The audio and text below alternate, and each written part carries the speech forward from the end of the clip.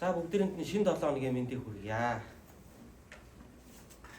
За бүгдээ өнөөдөр хамтдаа Лук номын 11 дугаар бүлгийн 10 дугаар бүлгийн 38-аас 42 дугаар ишлэлээс эзний үгийг хамтдаа суралцъя. Лук 10 дугаар бүлгийн 38-аас 42 дугаар ишлэл. За би тус ишлэлийг та бүгдийн өмнө чангаар дуудан уншъя. Тэд зам зураа нэгэн тосгоноор ороход Марта гэгч нэгэн эмэгтэй түүний гэртээ хүлээн авав. Тэр эмэгтэй Мария гэдэг охин дүүтэй бөгөөд дүүн эзний хүлд суугаад үгийг нь сонсож байлаа. Марта үйлчлэх ажилдаа түүрчсэн тул Есүс рүү очоод "Эзэн минь, үйлчлэх ажилд дүү маань намайг ганцаар орхисныг та анзаарахгүй байна уу? Надад тусал" гэж түүнд хэлээч гэв.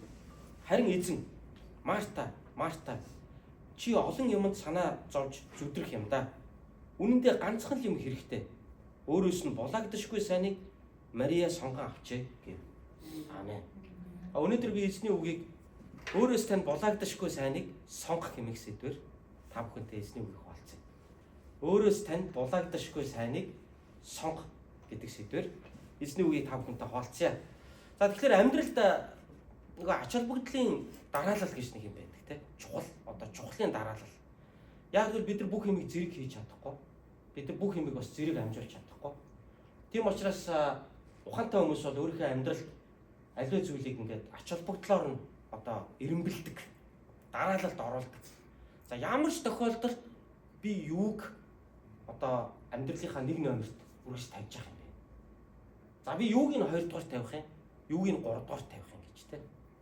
За ингэж явснараа хүн яадгүй гэхээр яг хамгийн чухал зүйл руугаа фокус тавьдаг. Хамгийн чухал зүйл дээр хүн яг амжилт олдог. Ийм тохиолдол бол бас байна. Тэгэхгүй олон зүйл рүү ингээд 10 салаа зүйл рүү 10 салаа зэрэг дайрж ороод бид нар ингээд алийг нь ч амжуулсан юм байхгүй, альнд нь ч хүрсэн юм байхгүй. Ингээд өөрөө маш их стресстэй. Тэгээд өөрөө стресстэй зогсохгүй эргэн тойрныхаа хүмүүсийг бас стресстүүлээд өөрөө амьдралдаа сэтгэл хангалуун биш. Ингээд аюу хэцүү байдалтай болоод дуустдаг. Тийм болохоор нэгэнт бид бүх зүйлийг ингээд одоо нэгэн зэрэг бүх зүйлийг одоо зэрэг амжуулж чадахгүйгээс хойш бид нар амьдралдаа ингээд өөрийнхөө амьдралын одоо чухал зүйлийг энэ эренб дараанд оруулах нь айгүй чухал байдаг. Яг юу надад хамгийн нэг номерын чухал юм бэ? За тэрийг би нэгдүгээр тавина. Энэ зүйлийн төлөө би үргэлж цагаа гаргана. За энэ зүйлээ би хамгийн чухалчилж үзнэ. За дараагийн 2 дугаарх зүйл нь бол энэ, 3 дугаарх зүйл нь бол энэ, 4 дугаарх зүйл нь бол энэ гэдэг. Ингээ эренб дарааллын одоо дараалалд одоо ач холбогдлоор нь гэж оруулаад тэгээд тэрийг яг юм гэхээр нэг нэгээр нь хийснээрээ бид нар тухайн зүйлд болол одоо сэтгэл тайван байж тэ яг гол зүйлийнхаа төлөө би явж байгаа шүү гэдэг одоо өөртөө тийм сэтгэл хангалуун урам зоригтойгоор амьдрах боломжтой. Тэгэхгүй олон зүйлийн араас ингээ зэрэг самгардаад тахлаар юуны төлөөж амьдраад байгаа миний үндсэн зорилго юунд арч байгаа юм юуг би хийж бүтээх юм юуг би хийж бүтээгээгүй байх гэж үзэх юм өөрийнхөө амьдралын үр дүнг би юугаар хэмжих юм гэдэг нь айгүй тодорхойгүй байх тохиолдол бол бас олонтаа байдаг. Таны амьдралд нэг номерын чухал зүйл юу вэ гэж. За өнөөдөр яг л нэг юм аль нь нэгдүгээрт байх вэ гэдэг зүйл дээр одоо санал зөрөлдөж одоо өөр үнэлэмжийн араас явж байгаа нэг юм хоёр хүний жишээг бид нар хамтдаа энэ текстээс уншиж байна. Есүс шавнараа дагуулад нэгэн тосгоноор орсон. За тэр тосгон нь Бетан тосгон байсан. Бетан гэдэг нэртэй тосгон. Иерусалим хоттой маш ойрхон. Иерусалим хотоос ерөөсө километрээр ярих юм бол 8 км-ийн зайтай энэ жижигхэн тосгонд Есүс байнга очдог байсан. За энэ бол ганц удаач орсон юм биш. Зүгээр одоо юу гэдэг нэг тохиолдлоорч орсон юм биш. Ер нь бол байнга очдог тосгоных нь нэг бол энэ Бетан тосгон. За Марта гэдэг нэгэн эмэгтэй Есүсийг гэртээ хүлээн авлаа гэж хэлсэн. За энэ айлд одоо ганцхан удаач зочилсан юм биш. За энэ тосгоноор очих болгондоо байнга очдог айл нь энэ Мартагийн байсан. Библийн бид бусад эсгүүдээс харах юм бол ах トゥ 3 хоёр охин дүүтэй за Лазар гэгч нэгэн ир ах トゥ 3 хамт амьдардаг байсныг бид нар маш сайн мэднэ. Том ахыг нь Лазар гэдэг, хоёр охин дүүтэй удаах нь Марта, за хамгийн бага эмэгтэй дүүг нь болохоор Мария гэдэг. За энэ удаа болохоор ах Лазарын тухай ярилгүй шууд одоо Марта эгчийнх нь нэрнээс эхлээд ярьчихж байна л да. За тэгээд Есүс Иерусалим руу очиж үйлчлэл хийх болгондоо Иерусалимдээ хонохгүйгээр байнгын Бетан тосгонд ирж хондог байсан. За Иерусалимд өдөржингөө байгаад Бурхны сүм дотор Есүс сургаалаа заагаад гайхамшгуудаа үйлдээд олон зүйлсүүдийг хийсний хадараа орой болох үед Бетан тосгондоо буцаж очиод Бетан тосгонд хоноод маргааш өглөө нь буцаад Иерусалимд орж ирээд Иерусалимийн сүмд номлолоо хийж, сургаалаа зааж, гайхамшиг удаа үлдэж одоо Бурхны ажлуудыг Есүс хийдэг байсан. Тийм учраас энэ Бетан тосгон энэ Марта, Мария, Лазар гурвынх бол одоо Есүсийн бол байнга зочлон очдог ийм одоо ойр дотных нь одоо найз нөхдийн харилцаатай ийм одоо гэр бүл байна. Та Иохан номноос үзэх юм бол энэ гэр бүлийг Есүс бүр маш ихээр хайрладаг байлаа гэж хэлсэн байдаг. Тэгээ Лазарыг бүр одоо өвдөд үгснийх нь одоо өвдөд яг өглөөд өвчтөө байгаа үед нь Есүс өөрийнхөө байгаа газараа албаар 2 хоноод тэгээ Лазарыг насварсны дараа Есүс явж очиод одоо 2 охин дүүтэй нь уулзаад Лазарыг үхлээс амьлуулсан байдаг. За бидний уншиж байгаа энэ хэсэг дээр бол Лазарын тухай хэлээгүй, Лазарын нэрийг бол дуртаагүй. Харин одоо Мартагийн тухай ярьсан, түүний дүү Мариагийн тухай ярьж байгаа. Тэгээ Лазарыг амьлуулахаар Есүс Бетан тосгонд очих үед энэ хоёр эмэгтэй дүү нь хоёулаа Есүс дээр ирж уулзсан байдаг. Хэрвээ та байсан бол ах минь үхэхгүй байх байлаа, идэгрэх байлаа гэж одоо хоёулаа хэлсэн байдаг. За энэ айлд бол их олон гайхалтай зүйлсүүд болсон. Их олон одоо Есүсийн заасан сургаалуудын нэлээд олон одоо энэ айлд заагдаж номлогдсон юм олон сургаалууд энэ одоо Марта, Мария, Лазар гурванд бол болсон байдаг. За ингээд ээлжид нэгэн үйл явдал одоо Марта, Мария хоёрын гэрт болж байна. Тэгээ Лазар гурвын гэрт болж байна. Есүс одоо ээлжид зочлон очлолтоороо эднийд дахин зочилсан. За тэгэхээр нэг талаар бид Мартаг бол ойлгож байна, тийм ээ. Их чинь үйлчлэг ажилдаа түүрсэн тул дүүгээ одоо дүүдээ жоохон гомдож байгаа. Яаж юм гэхээр дүү нь юу ч хийхгүй ихтэй туслахгүй Есүс эзний хөлд суугаад яриг нь сонсоод ирсэн. Одоо айлд 2 эмэгтэй шүү дээ. Чин цагаан сар болж гин гэж бодъё л да бүгдээрээ. За тэгээд 2 охинтой айл байлаа гэж бодъё. 2 сайхан охинтой айл байлаа. За 10-20 зочоо ороод ирлээ. Гинт золох гээд ороод ирлээ. Аав ээж дээр нь золох гээд ороод ирлээ. За нэг охин тэнд буулж игнээд галтгоонд эргэлдээд байдаг. Нэг охин нөгөө зочны аманд орчих гол нөгөө найрын ширээн дээрээ суучаад үйлчлэхгүй суугаад байвал нөгөө ганцаараа галтгоонд эргэлдээд байгаа ихчт нь ямар санагдах вэ? За Марта Петрос ойлгож болж байна. Ялангуяа манай монголчууд бол тийм зочломтгой ард түмэн. Та тэр зочломтгой байдал гэдэг өнцгөөсөө харах юм бол Мартагийн зөв. Марта яаж ийм гэхээр энэ чинь ганцхан Есүс байгаа юм биш шүү дээ тийм чи. Есүсийг дагаад 12 эрэхтэй тэнд явж байгаа байхгүй. Тэгэхээр чи энэ чинь амар том одоо зочид хүлээгээд авчлаа шүү дээ 12 эр. Тэгээ энэ 12 ирээс гадна Есүсийг дагаад бас өөр олон эмэгтэйчүүд бас явдаг байсан шүү дээ.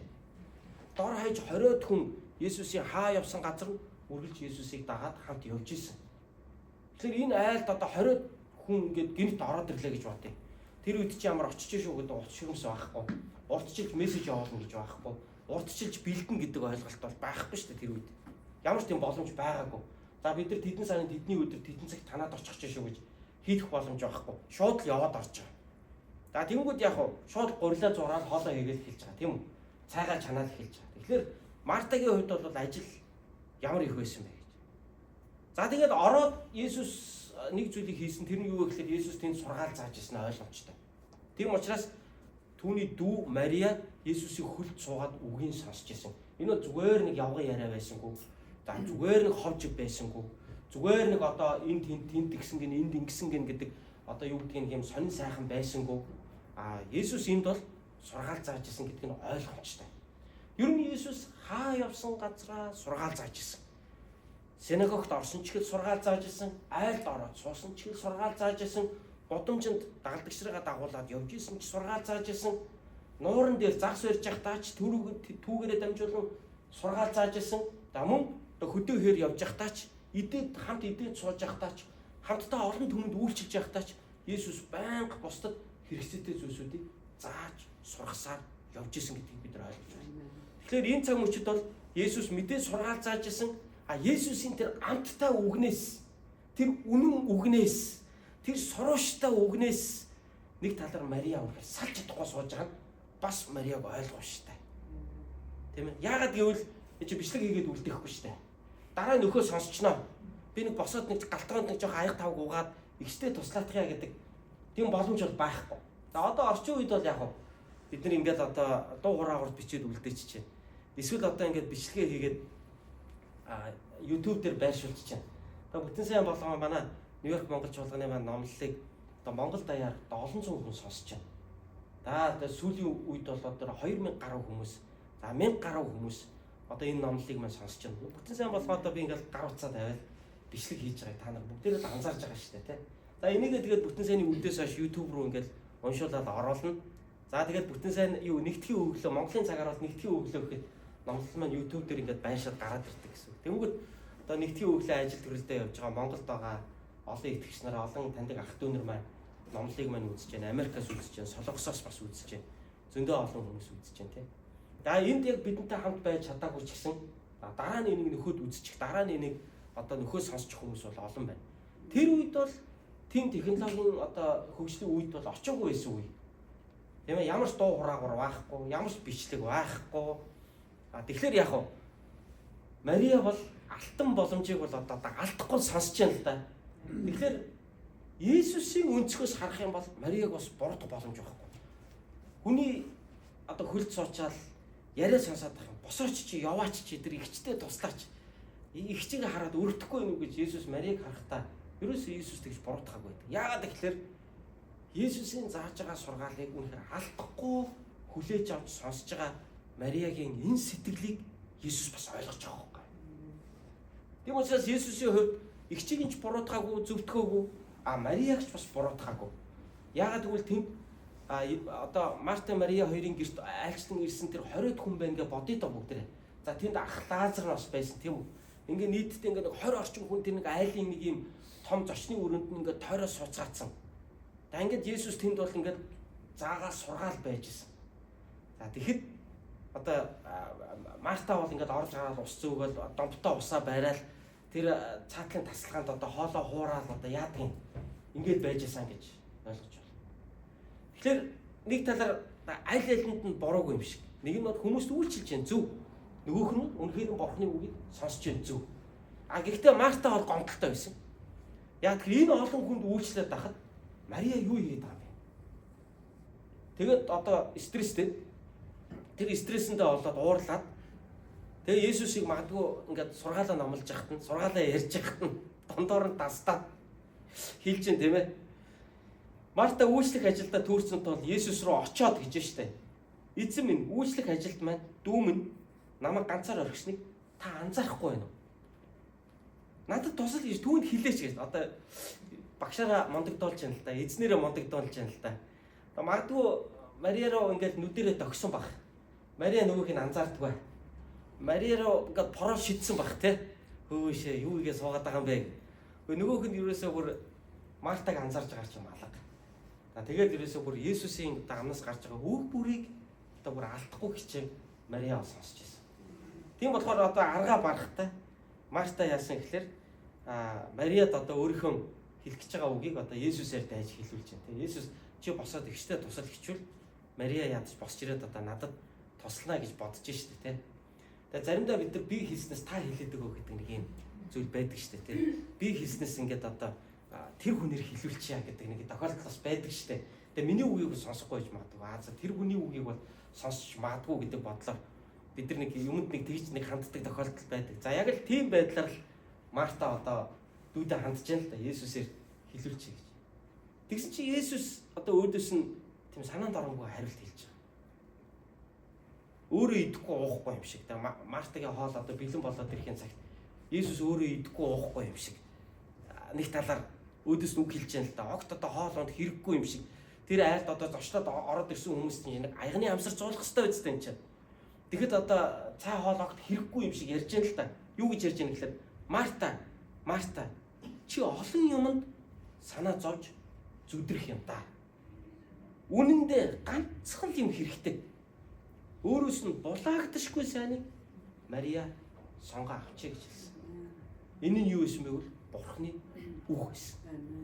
Бурхны үгийг сонсож, Бурхны хүслийг таньж мэдэж, Бурхны таалалд нийцэн амьдрна гэдэг бол одоо энэ хорвоо дээр байгаа олон сонголтуудаас хамгийн чухал юм а гэдгийг Мария сонгожээ гэдгийг Есүс үгээрээ дамжуулаад хэлээд байна л да. Өнөөдөр би танаас асуумаар байна. Амьдралд бидний цагийг авдаг, бидний завыг одоо үрдэг, бидний мөнгийг үрдэг их олон сонголтуудын дунд өнөөдөр бид нар амьдарч байгаа. Ялангуяа энэ орчин үеийн нийгэм, орчин үеийн дэлхий бол одоо та энийг аваач. Та энэнд нэг жоохон хөрөнгө оруулалт хийгээч. Энийг та нэг сонсоод үзээч. Энийг та нэг сонирхоод үзээч. Энэнд та одоо өөрийгөө зориулаач гэсэн олон зүйлсүүд биднийг одоо байнга эндээс нь татаж чангааж байгаа. Бидний одоо анхаарлыг наашаа нэг анхаарат гаач. Энийг нэг үзээд гэж. Энэ рүү нэг хараат гаач гэсэн юм олон одоо юм сувгаар бидэн лүү юм одоо хэрэгтэй хэрэггүй одоо 9 шидийн гэж одоо хэлээ л та тийм ээ. Мэдээллүүд бидэрлүү одоо ингэж одоо ингэж цотхон орж ирж байгаа ийм үед өнөөдөр бид нар амьдарч байгаа. Яг ийм үед бид нар заримдаа Бурхны үгэнд хэрэг анхаарал хандуулдаг үлээ. Яг ийм үед бид нар Есүсийг сонсох, магадгүй залбирах, Бурхны үгийг унших, тийм ээ, магадгүй цуглаан дээр ирэх ийм цагийг бид хэрэг сайн гаргаж чаддаг. Улам л сорилттой болсон, улам л Бурхантай цагийг гаргахад хэцүү болж байгаа ийм л нийгэмд өнөөдөр бид нар амьдарч байгаа. Библийг уншснаас зүгээр гар утсан дээр хэрэгтэй хэрэггүй одоо бичлэг үзээс болдог, тийм ээ.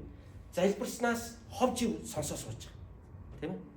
Бурхан цаг гаргаад одоо ингээд явснаас одоо юу гэдгийг зүгээр ингээд хүмүүстэй хэрэгтэй хэрэггүй юм яриад явах. Ийм ч гэсэн боломжууд бол бид нар зөндөө байгаа. Та нар би тэгдэг гэж хэлээгүй. Ерөнхийдөө бид яг ийм л орчинд амьдарч байгаа шүү дээ. Бид нар бүгдээрэнд нь ийм л сорил байгаа шүү дээ. Ийм үед та Мария шиг өөрөөс тань булаагдашгүй тэр сайныг та хэрэг сонгож цаг заваа эзний өмнө гаргаж байна вэ гэж би өнөөдөр танаас асуумаар. Тэгэхээр Есүсийг бол шүүмжилж болно л доо. Одоо үгүй тэгээд Марта үйлчлэхгүй бол тэг хэн үйлчлэх юм? Сургаал заагаад дууслаа халуун хоол ороод ирвэл уулын гоё үстэй. Өнгөрсөн бүтэн сая өдөр одоо ийм л юм боллоо үстэй. Нэг хэсэг нь Марта боллоо шүү дээ одоо өнгөрсөн бүтэн сая өдөр. Нэг хэсэг нь энд суугаад нэг хэсэг нь тэр зааланд одоо нөгөө бүтэн сайныхаа бууцыг чигнээл одоо ширээгээ засаал одоо инглээ шүү дээ. Тэгэхээр нэг талаар Мартаг буруутгах аргагүй. За Есүс ч бас Мартаг буруутгаагүй. Ингээд юм хийгээд гүгэд байгааг нь харахтаа Есүс ёор Мартаг буруутгаагүй. Харин Марта өөрөө эргээд Мариагаа буруутгаад ирснийг бид нар бас айл талтаа харах шүү дээ. Есүс Мартаг ерөөсөө буруутгаагүй байсан шүү дээ. Мартаг одоо ингээд юу гэдгийг хөөе Марта дүүгээ хараач чи. Дүү чинь миний хөлд суугаад номлол одоо миний сургаалыг сонсоод ах юм. Чи над тогоо шанага болчихдоо. Тэгээ айданаашаа ирээ суудаа чи гэж Есүс ёор Мартаг зэмлээгүй. Ерөөсөө зэмлээгүй. Буруутгаагүй байдаг. А Марта өөртөө стресстэй байсан.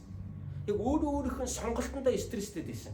Яг л хүмүүсийг сайхан байлгах гэж бодоодсэн баг л та. Мэдээж эн чинь одоо ороод исэн хүмүүс байна. Нэг цай хоол ширээн дээр нь тавьчих. Одоо ингээд би юу ч хийхгүй суугаад байвал энийг чи хэн хийх юм бэ? Хэн нэгэн энийг чи ард энийг хийж л ах хэвээр.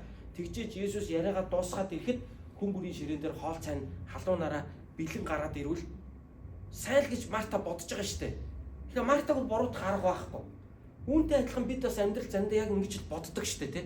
Тэрийг нэг тэгчих юмсан, энийг нэг ингэчих юмсан, тэгчүүл тэр нь гоё юм да, ингэчүүл энэ нь гоё юм да, тэгчүүл энэндээ сайн юм да, ингэчүүл энэндээ дээр юм да гэж бодоод байдаг. Гэхдээ бүх юмд бид нар хүрэлцдэггүй. Бүх юмд хүрэлцдэггүй. Заримдаа бид яг өөрийнхөө цагийг Бурханд гаргах, эзний үгийг сонсоход гаргаж явах нь бидний хувьд маш чухал байдаг. Миний хувьд Америкт ирснээр, энд ирснээр Монголд байснаасаа илүү Бурхантай өнгөрүүлэх цаг маань маш их одоо ойр болсон гэж хэлж болно. Үнэхээр одоо нулимстай тийм залбирлын цагуудыг үнэхээр эзэн дотор тайвширсан, эзэн дотор үнэхээр тэр Бурханы хайрыг мэдэрсэн, ариун сүнсээр дүүрсэн тийм цагуудыг би энд ирснээр анх болсон. Би ч одоо бодож штэ энэ чи миний амьдралд тийм том шилжилт хөдөлгөөн болчлоо юм чинь.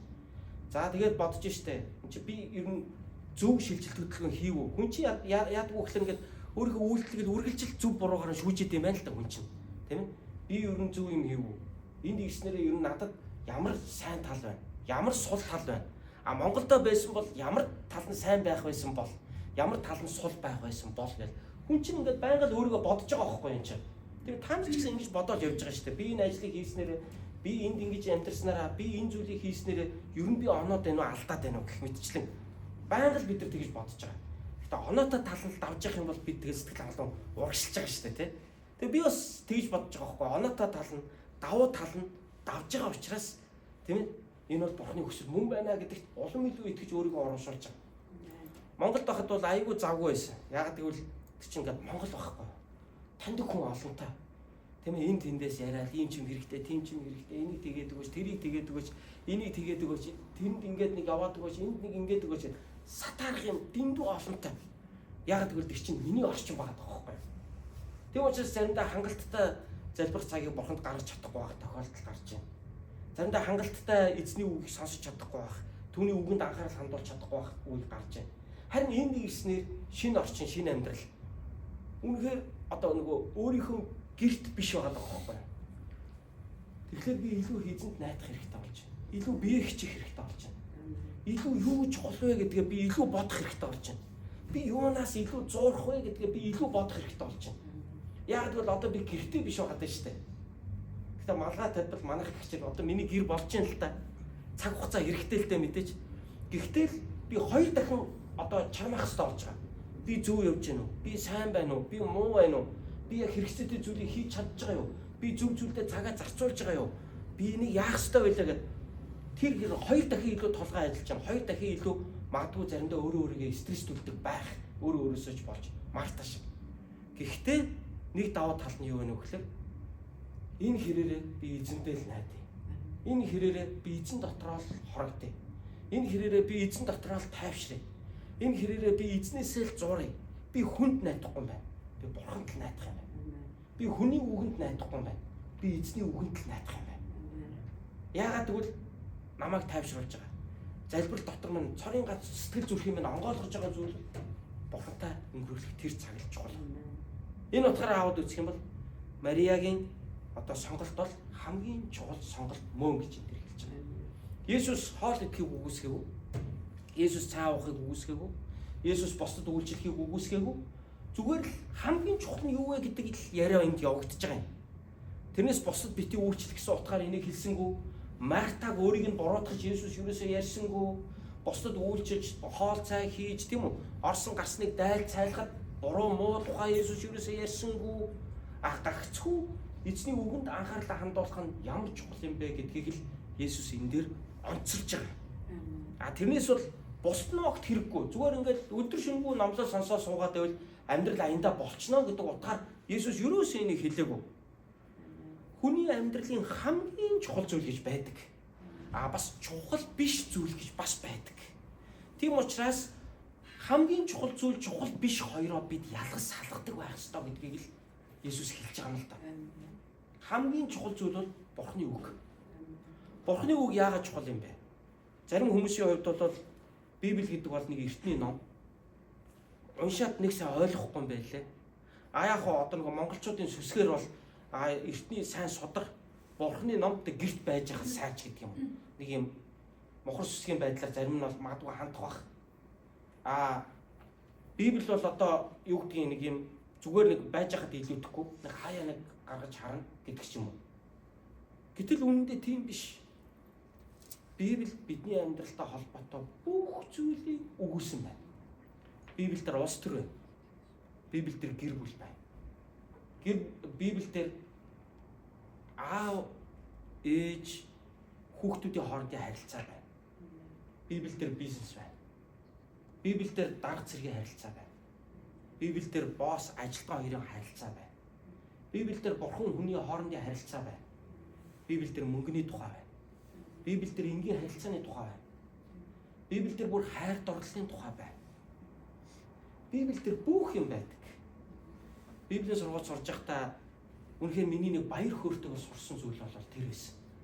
Библийн сургуульд ингээд системтэй Библийн багш нараар ингээд системтэй Библийг ингээд заалгаад явах тусам би нэг зүйлийг ингээд ухаарсан. Тэр нь юу гэхээр Библи ийм жижиг номштой уул нь бол 66 номтой. Чи өөр шашны том судруудын хажууд бол Библи бол тийм одоо юу гэдэг уншиж барахгүй их судар бас биш байхгүй юу? Гэтэл яг хүний амьдралд хэрэгцээтэй бүх зүйлийн суур ойлголтууд энэ дэр байж байгаа. Жишээ нь эрүүл мэндийн асуудал байждаг. Цусны тухай асуудал байждаг энд. Хүн хоорондын харилцаа, байгалийн шинжилгээ ухааны асуудал энд хөндөгдсөн байдаг. Өнөөдрийн хүмүүсийн яриад байгаа одон орны тухай асуудал Библиэлд тусгагдсан байдаг. Мэдээж бүгдийн дэлгэрэнгүй дурдаагүй л дээ. Энэ дэлхийн хүний амьдралтай холбоотой бүх салбарууд Библиэлд тодорхой хэмжээнд дурдгдсан байдаг. Тэр дурдгдсан зүйлээс иш аваад өнөөдрийн олон том нээлтүүдийг жишээлбэл Эрдэнэтэд хийсэн байна. Жишээ нь одоо эрүүл мэндийн шинжилгээ ухааны тал дээр аваад үзэх юм бол хүнийг унтуулж байгаад мэс засал хийдэг, мэдээ алдуулж байгаад мэс засал хийдэг. Энэ Библиэс ихтэй шүү дээ. Адамыг унтуулж байгаад хавирганаас нь нэгийг сугалж аваад эмэгтэй хүнийг бурхан бүтээж байгаа. Энэ зарчим дээр унтуулж байгаад хийх юм байна гэдэг энэ зарчим дээр тулгуурлаад тэр одоо хүнийг унтуулдаг тэр наркотик зохион бүтээсэн хүн чинь энэ дээр тулгуурлаж бүтээсэн байхгүй. Мэдээж эрүүл мэндийн шинжилгээ ухааны бүх зүйлийг Библиэлд байхгүй ойлгомжтой хор тавдар. Тэр дундаа одоо юуны хор тавдар, яадаг эсийн шинжилгээ тэр бүхэн Библиэлд байхгүй. Гэхдээ үндэс суурин байждаг. Бизнестэй холбоотой бүх нарийн ширээ юмнууд байхгүй. Улс төртэй холбоотой бүх нарийн ширээ юмнууд байхгүй. Өнөөгийн улс төрийн онолтой холбоотой ч юм уу. Гэхдээ суур ойлголт нь шинэ байждаг. Гэр бүлийн дотоод асуудлын бүх асуудлууд байхгүй. Гэхдээ яг суур зарчим нь байждаг. Тэгээд тэр суур зарчмаасаа эхлүүлээд бид хэрэгжүүлээд ирэхэд өнөөдөр надад асуудал болоод байгаа олон зүйл явандаа цэгцрээд ирдэг. Тэгэхээр нөгөө суур асуудал чинь дараагийн асуудлыг үүсгдэг байна шүү дээ. Бидний амьдрал, бидний харилцаа, бидний ажил, бизнес дараагийн асуудлуудаа үүсгэж явждаг. Тэгэхээр суурийг нь засчаар бусад юмнууд нь аяндаа ингээд засагтаа явчихдаг тохиолдол байна. Тэгэхээр тэр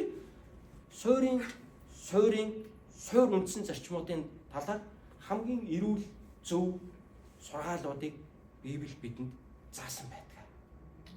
Тийм учраас Есүс Мартад юу гэж хэлсэн бэ гэхээр Мария өөрөөс нь булаагдшгүй сайныг сонгоо авчээ гэдэг бол Йота үнэн үгүй гэдэг. Би үнэхээр эргэлзэхгүй байна.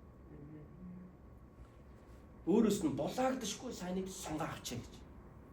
Аханд үсэ өөрөөс тань булаагдшгүй сайныг үргэлж сонгоо аваарай. Өнөөдөр та цаг зав гаргаад эзний өдөр буюу бүтэн сайныхаа цуглаантаа хөрөлцөн ирлээ. Тийм ээ. Танаас булаагдшгүй сайныг та сонгоо авсан шүү. Та 7 хоногийн дундор магадгүй та Библийг уншаад сууж явахдаа тийм ээ. Та булаагдшгүй сайныг сонгоо авсан шүү. Яг тэгвэл та эзний үгийг уншиж өөрийгөө эзний үгээр дүүргэж өөрийнхөө бодлыг, өөрийнхөө харилцааг эзний үгэнд хандуулах алхам хийж байгаараа та танаас салгаж болохгүй хамгийн үндсэн зүйлээ та анхаарч байгаа шүү. Бус нь бол дараагийн зүйл. Тэдгэрийг мэдээж хийн. Есүс Мартагийн энэ удаа ирээд энэ яриа хийж дууссаны дараа одоо энэ сургаалаа заасны дараа мэдээж Мартагийн бэлдсэн тэр сайхан хоол хүнсийг бүгдээрээ л идж ууж сайхан нөхөрлөх цагийг тэнд гаргасан нь ойлгомжтой шүү дээ. Огт юм идэхгүй цаа уухгүйгээр гарч яваагүй нь ойлгомжтой. Есүс тэрийг огт үгүйсгэв. Тэгэхээр бидний амьдралд чухал хэрэгцээтэй олон зүйлсүүд байна. Гэхдээ хамгийн булаагдшгүй, танаас юусоо булааж болохгүй, танаас юусоо авагдаж болохгүй тэр зүйл бол эзний үгтэй ойр байх. Есүстэй ойр харилцаатай байх. Есүсийн үгийг сонсож түүний үгээр амьдрах. Энэ бол хамгийн чухал суур хүчин зүйл байдаг юм шүү гэдгийг та бүхэн хэлсэн. Есүс итгэсэн бизнесмэнүүд тэгж ярьж байгааг би сонссон. Би жоохон залуудаа Есүс Христэд итгэхгүй яав та гэж. Тэгсэн бол би амьдралдаа тэр олон алдааг би гаргахгүй байх байлаа. Яг тэгвэл Библи дээр чинь ерөөсө хилцэн бийт юм бэ штэ гэж ярьж байгаа гэрчлүүдийг бол зөндөө сонсож байгаа байхгүй. 60 гарсан хойно Есүс итгэсэн. 50 гарсан хойно Есүс итгэсэн. Тийм ах эгч нар зөндөө тэгж ярьж байдаг. Би чам шиг 20 эдтэй Христийг мэдсэн бол би өмнөх гэр бүлээ алдахгүй байх байлаа. Би тэр бизнес дээр би хүнийг тэгж би хуурахгүй байх байлаа. Би ээж аваагаа тэгж гомдоохгүй байх байлаа. Би ингэхгүй байх байлаа. Би жоохон эрт би энийг мэдсэн ч болоосаа гэж. Яг тэгэхээр одоо тэр хүмүүс нөгөө өөрийнхөө 20 жилийн өмнө, магадгүй 30 жилийн тэртээ, магадгүй 10 хэдэн жилийн өмнө гаргаж ирсэн алдаагаа одоо Библи уншаад харж штэ, ойлгож штэ. Би энэ үед ингэсэн байсан бэ штэ. Би тэр үед би энийг би мэдчихсэн бол гэж. Тийм болохоор эзний сайн мэдээг бид бусдад түгээн дэлгэрүүлж, эзний үгийг бид түгээн дэлгэрүүлж, бусдад зааж сургана гэдэг бол маш чухал үйлчлэл байдаг. Үүний төлөө манай чуулган байгаа. Үүний төлөө та байгаа. Үүний төлөө бүгдээрээ эзний хаанчлалын төлөө хамтдаа үйлчилж байгаа хүмүүс юм шүү гэдгийг хэлмээр байна. Бүгдээрээ хамтдаа эзний үг залбирах цагийг гаргацгаая.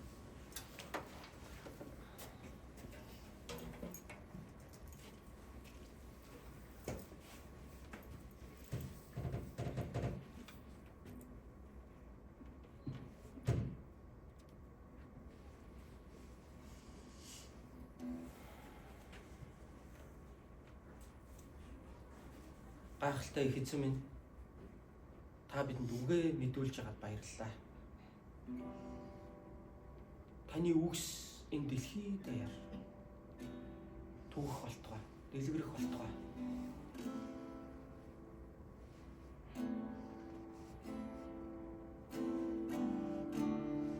Та өөрийнхөө үгийн үннийг өнөөдөр бидэнд ойлгуулж байгаад баярлалаа.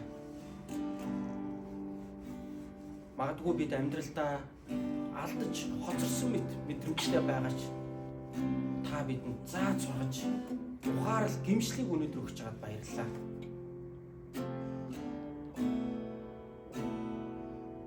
Хэдийгээр бидний талаар таны үгийг сонсож таны үгийг ухаарах тусам заримдаа гэмшиг сэтгэл төрж харуулсах сэтгэл төрдөгч та алдсан он жилүүдийг минь та нөхөж өгнө. Та бидний сайн сайхнуудыг минь та сэргээх болно. Та биднийг эдгэх болно. Та биднийг эвлэрүүлэх болно эзэн. Тандаа баярлалаа. Энэ хүртэл туулан ирж иж бид өнөөдөр таныг ойлгох ёстой байсан. Магадгүй энэ хүртэл явж иж би таны өмнө өнөөдөр даруй болон таны үгийг сонсож хүлээж авах ёстой. Тийм цаг байсан магадгүй. Тийм учраас энд байгаа хүн бүрийн амьдралд ажиллаж байгаа таны мотор яг төгс цагтаа, яг зөв цагтаа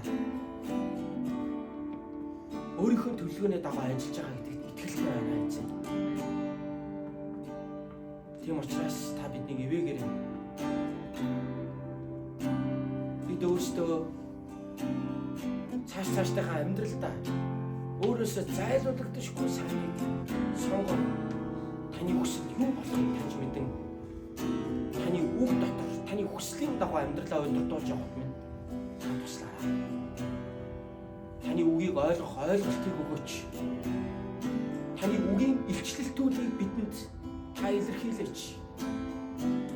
Юу нь таны хүсэл болохыг, юу нь хамгийн чухал болохыг та бидэнд харуулаач эзэн. Эргэн ухааныг та бидэнд заагаач. Амьдралын энэ замд өөрийн үгээр бидний хөтлөн дагуулаач Иесус. Та хүн бүрийн зүрхэнд шивнэн яриач. Хүн бүрийн амьдрал хэрэгцээтэй байгаа үгийг та мэддэг учраас хэрэгцээтэй үг бүрийг өнөөдөр энд сууж байгаа итгэгч нарт маань та өгөөч гэж гуйж. Та баярлалаа эзэн.